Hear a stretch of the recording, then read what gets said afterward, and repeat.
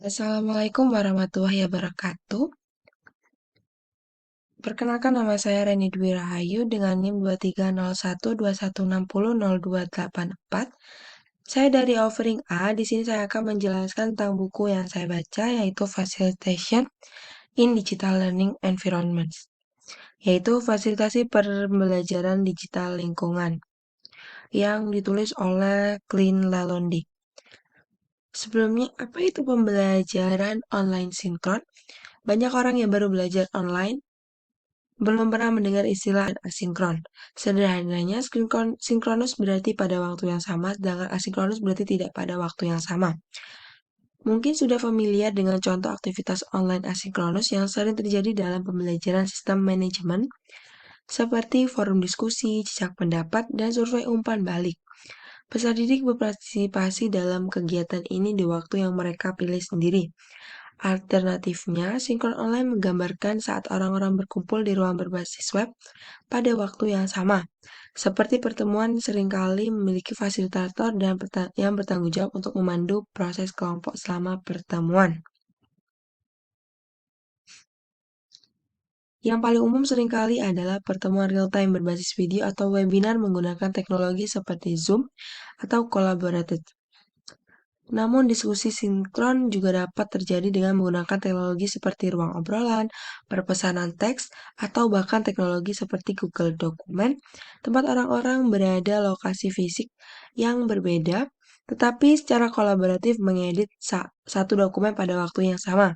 Konon sebagian besar saat orang berbicara tentang pembelajaran sinkron, mereka mengacu pada konferensi video real-time yang melibatkan orang-orang berkumpul bersama di ruang pertemuan virtual yang sama pada waktu yang sama untuk berpartisipasi dalam beberapa jenis acara bersama. Ada banyak alasan mengapa orang memilih untuk memfasilitasi secara online, secara sinkron dalam lingkungan pendidikan, termasuk yang pertama, selebritas bagi peserta memungkinkan mereka belajar dari rumah, terhubung dari lingkungan pedesaan, dan lain-lain. Peluang interaksi real-time antara fasilitator dan peserta. Selanjutnya, untuk mendorong pembelajaran aktif peserta. Selanjutnya, untuk memungkinkan ruang kelas virtual yang beragam, mungkin dengan peserta dari seluruh dunia.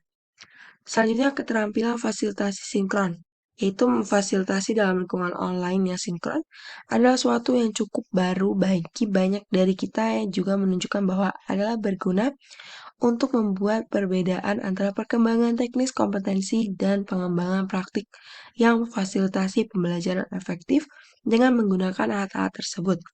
Jadi, sebagai fasilitator dalam lingkungan ini, kita tidak hanya harus belajar dan meningkatkan keterampilan teknis, tetapi juga keterampilan fasilitasi kita juga. Tujuan yang pertama, pikirkan tujuan keseluruhan sesi yang ingin Anda adakan. Mengapa Anda ingin melakukan hal tersebut? Beberapa umum tujuannya mungkin untuk mengadakan diskusi atau sesi tanya jawab, merencanakan atau membuat keputusan tentang sesuatu sebagai kelompok, selanjutnya membangun atau memelihara komunitas kelas online, mengumpulkan umpan balik dari orang-orang, mengajarkan suatu topik secara interaktif, menjadi tuan rumah pembicara tamu, mencontohkan atau mendemonstrasikan suatu keterampilan. Selanjutnya ada peserta. Dalam perencanaan sesi, juga perlu memiliki peserta. Seperti siapa yang akan menghadiri sesi ini, apakah mereka mempunyai ciri-ciri yang sama, bagaimana mereka bisa berbeda satu sama lain, apa keterampilan teknis yang mereka antisipasi, apakah mereka memiliki perangkat keras atau perangkat lunak komputer untuk dapat terhubung ke sistem konferensi web.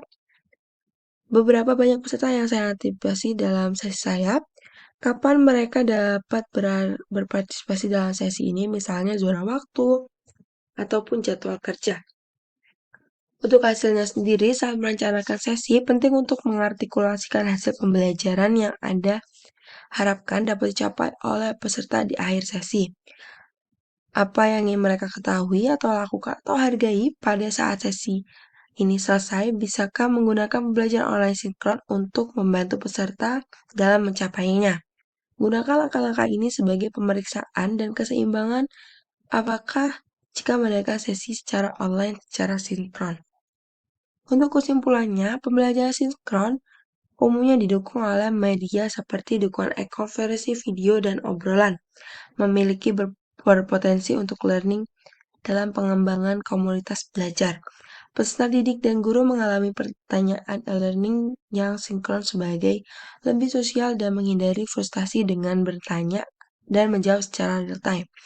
Khususnya ketika sesi sinkron digabungkan dengan kursus online asinkron yang lebih panjang, sesi tersebut dapat mendorong diskusi lebih dalam seputar topik kursus, membangun komunitas kursus di antara peserta dan peserta atau fasilitator, mengurangi perasaan mengatasi kekhawatiran atau pertanyaan peserta di awal kursus atau poin-poin sepanjang kursus. Terima kasih. Sekian dari saya. Wassalamualaikum warahmatullahi wabarakatuh.